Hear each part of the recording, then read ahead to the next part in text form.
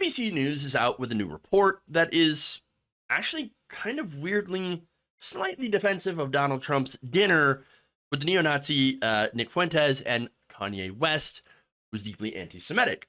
So now NBC News reporter Marc Caputo actually writes that Donald Trump was punked. Oh, that's an interesting thing to say. Punked into meeting with with Mr. Fuentes. Okay. So now he writes that Trump may have been walking into a trap in Mar-a-Lago's gilded halls. One that leveraged his own penchant for spectacle and showmanship against him. Are you saying that Trump was tricked into meeting with a white supremacist?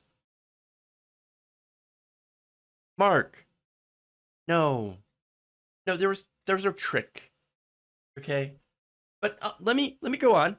Okay, now NBC News writes. They go into quote a longtime Trump advisor who claimed that Fuentes' presence was part of a headline-grabbing setup. We didn't want to meet with the white supremacist. No, it was a setup. Really? Don't you have Secret Service protection? Don't you have people at Mar-a-Lago that, are supposed to vet people coming in? You want us to believe that Kanye brought in a bunch of people, an entourage, if you will, and nobody there was like, whoa, hold on, that person was not invited. Who is this rando? Who is this guy? No, we're not going to let you in. Come on, he knew. Of course he knew. Trump had, yes, they're saying, oh, no, Trump had no idea who Nick Fuentes was. In fact, here you have, Trump advisors that are coming out and doing damage control. Their hair is on fire. Like, no, we had no idea who Nick Fuentes was. No idea. Trump going out on True Social. I have no idea who that person was. But the advisor also said, the master troll got trolled. Kanye punked Trump. Now, that's hard to believe. Not that Donald Trump is some master chess player. Okay? Not that Ye even understands how to play chess or what chess is. Okay? I don't think Ye understands a lot at this point. Not a smart person. Now, other advisors insisted the former president was essentially tricked by the rapper and his guests. Suspicion backed up by Milo Yiannopoulos.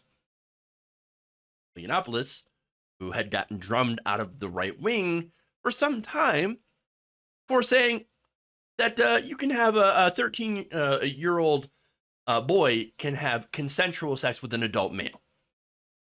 I was totally fine with that. That's who Milo Yiannopoulos is. But I don't understand how the Republican Party that has groomers in their midst seems to allow these groomers to come back. And there's many more. Midas Touch put out a great video. It's like a 5-minute long compilation of all the Republicans caught grooming and doing pedophilia. Yeah. Okay. Anyway, that said, Yiannopoulos talked to NBC News and claimed that he was the architect of the plan to have Fuentes travel with Ye in hopes of slipping him into the dinner with Trump. Now, I think this gives a lot of cover to Donald Trump. The intent, according to Yiannopoulos, was for Fuentes to give Trump an unvarnished view of how a portion of his base views his candidacy. Quote, I wanted to show Trump the kind of talent that he's missing out on by allowing his terrible handlers to dictate who he can and can't hang out with. Funny story. Now you have the Mar-a-Lago. I know for years I was saying White House. Now I'm going to Mar-a-Lago. Anyway, now there's a vetting procedure, they say, to get into Mar-a-Lago. Why wasn't that there before? Like before, remember, this is a place where you had stolen documents from the government, where any rando could just walk in And they had no vetting procedure whatsoever, as they obviously would allow, in their words, their defense, a white nationalist, white supremacist neo-Nazi to just randomly come in, accompanied by other people that were not explicitly invited at first. There's a lot of holes in this. A ton of holes in their story. Okay. That said, speaking of talent, right? Let's go back to that statement from Yiannopoulos. Oh, I wanted to show the kind of talent Trump is missing out on. I'd call Nick Fuentes a lot of things. Talented is not one of them. Who Nick Fuentes is, for those of you, again, not familiar, because I know like a lot of people hadn't previously heard of him before, and now there's like a crash course on who this guy is. Well, I've been tracking Fuentes for a while, okay? And one of the things that he is a cult leader for far-right incels. But another thing is he would walk around, according to a story from someone who used to live with him, a former cult member. Remember, a former member of the Groypers. Sounds a lot like gropers, right?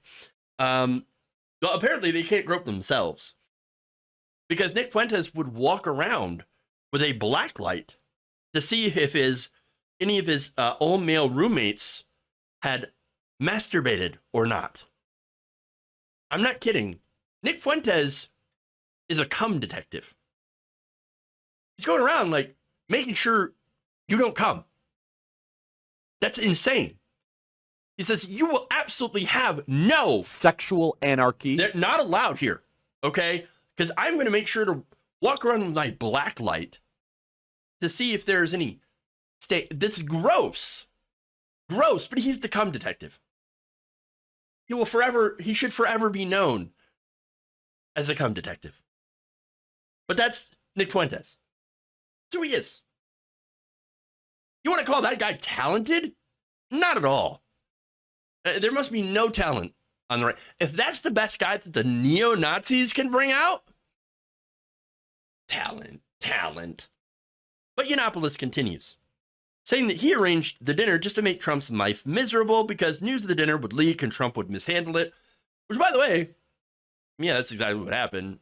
The leak did come out, and Donald Trump did mishandle it. But that's a given.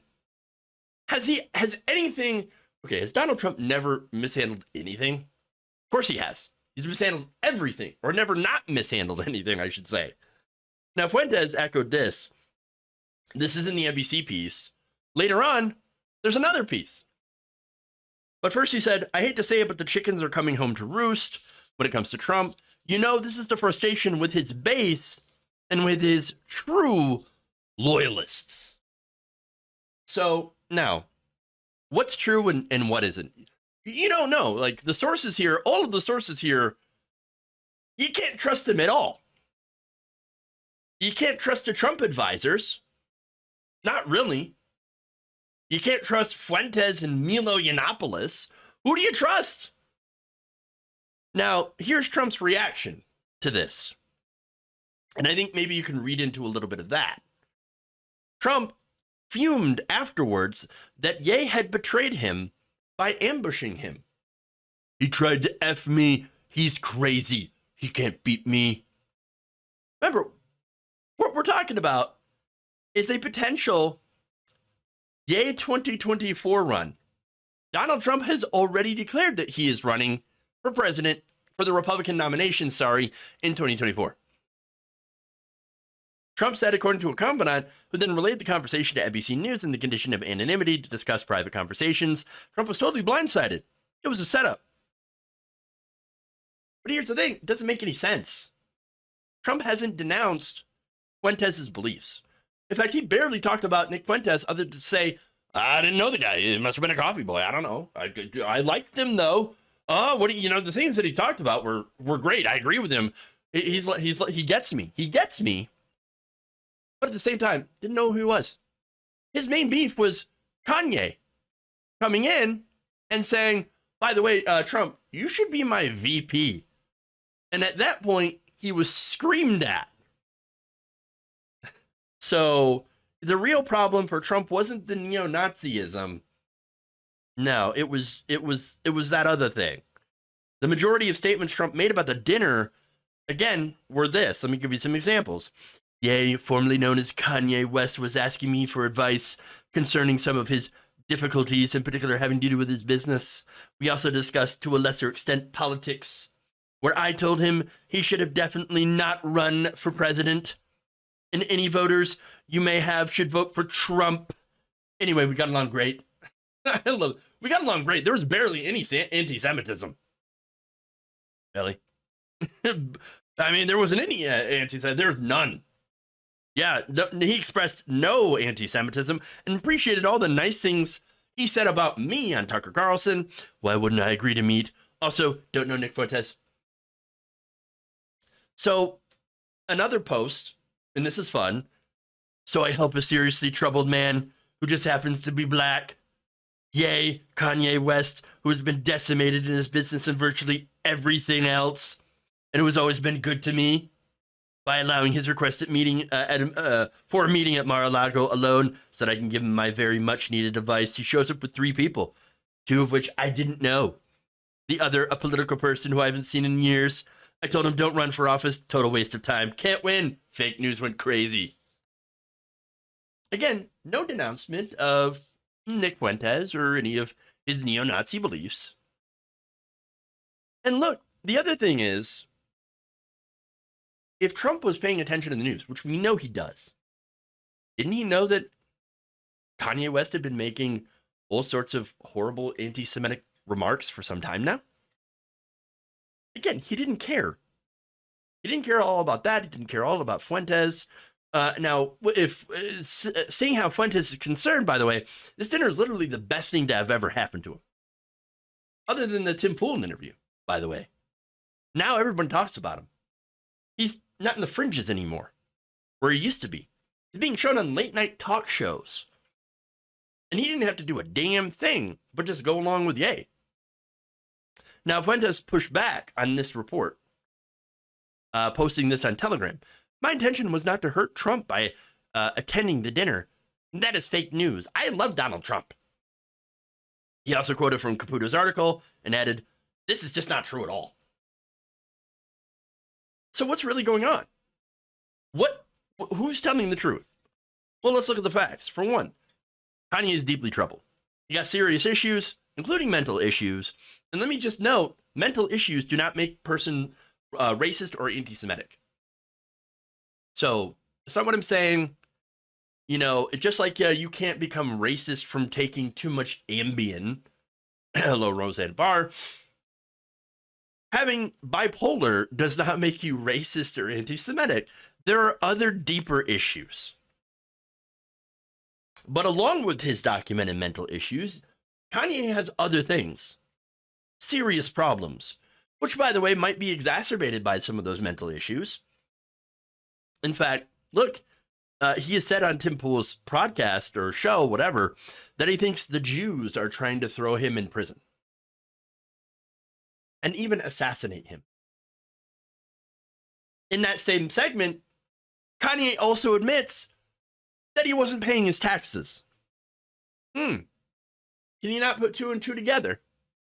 Let's say you don't pay your taxes, and then your accountant says, "Ooh, you might be in trouble for not paying your taxes." Now, a normal person would be like, "Oh, shit, I guess I need to pay my taxes." But Kanye is like, what if it's the Jews? My accountant, Jewish. I knew it, nailed it, got it. They're after me. No, you didn't pay your taxes, you idiot. You idiot. But again, he says these insane things.